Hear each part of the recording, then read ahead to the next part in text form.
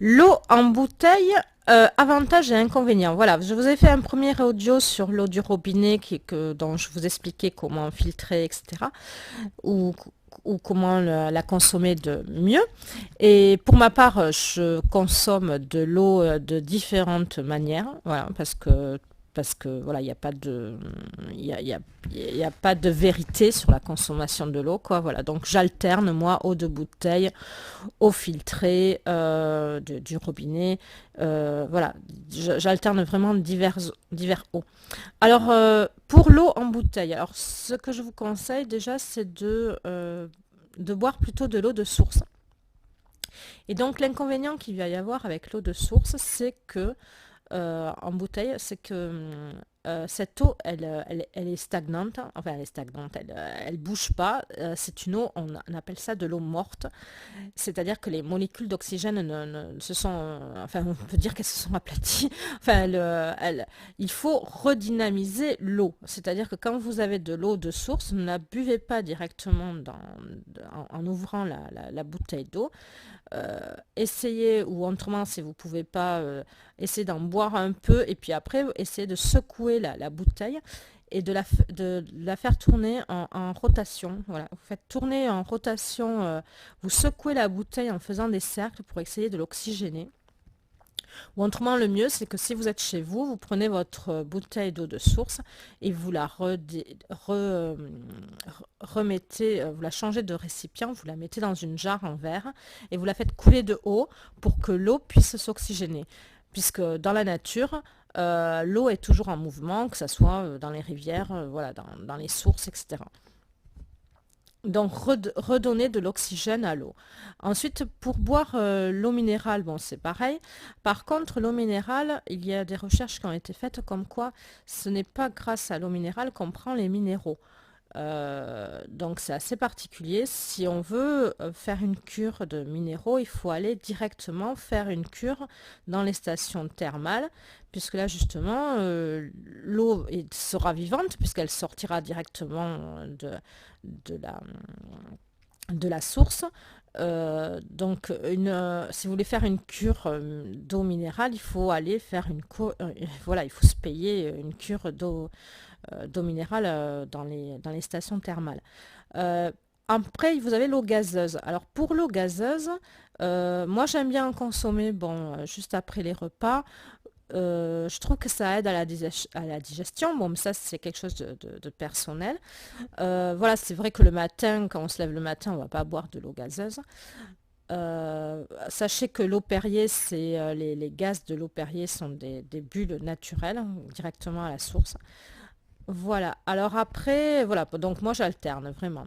Ensuite, entre les bouteilles en plastique et les bouteilles en verre, parce que vous avez de l'eau qui est en bouteille en verre. Alors bon, ça c'est du luxe de s'en acheter, mais pour ma part, j'ai un stock de bouteilles en verre, donc je vous expliquerai pourquoi. Mais pour la première raison principale, c'est que c'est stocké d'une meilleure manière. C'est pris plus en considération au niveau du stockage. C'est-à-dire que quand c'est des bouteilles en plastique, c'est stocké en palettes les unes contre les autres à l'extérieur.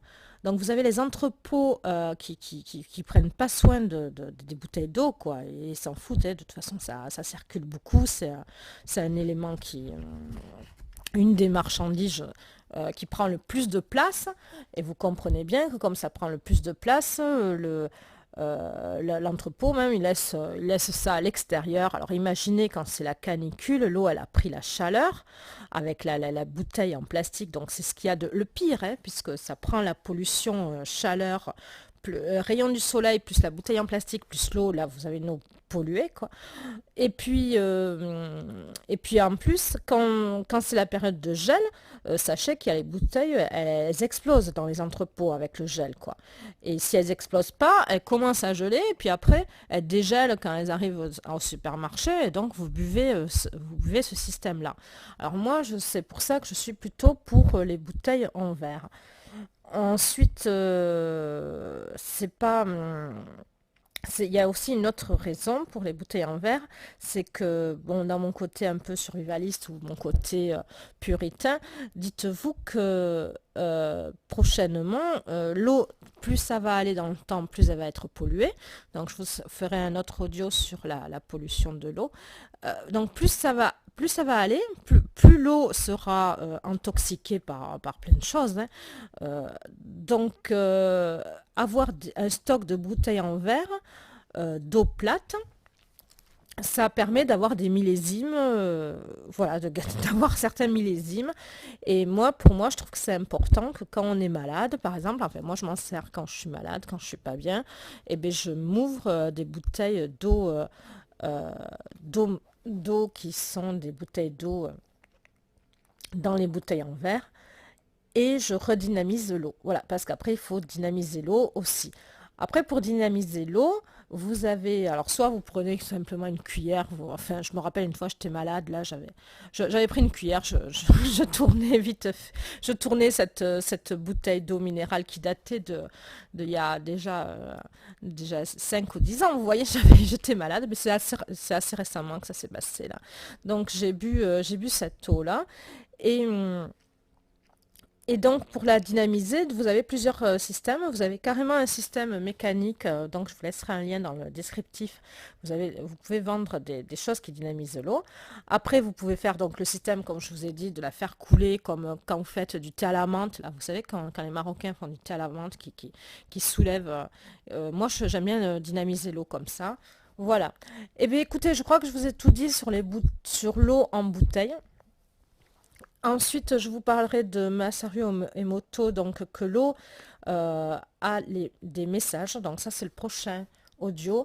C'est tous les messages de l'eau. Sachez que l'eau, elle reçoit des vibrations. Elle reçoit, quand elle est dans les châteaux d'eau, elle reçoit des vibrations. Bon, ça, c'est un peu plus space. Mais ça sera mon prochain audio, ça sera sur l'eau, je ne sais plus comment je vais appeler cet audio, l'eau space peut-être. Voilà, et c'est des vraies recherches, hein, c'est des vraies statistiques, c'est des vraies recherches. Donc pour ma part, je suis en train d'écrire un livre, je vous laisserai le lien dans le descriptif. Un livre sur l'eau qui est assez complet au niveau scientifique, au niveau de la pollution, au niveau comment la consommer, etc. Je vous laisse le lien dans le descriptif. Merci de mettre un j'aime pour le temps que je passe pour vous à vous faire des audios sur l'eau et sur d'autres projets sur réveiller votre vie. Réveillez votre vie, prenez soin de vous et à bientôt.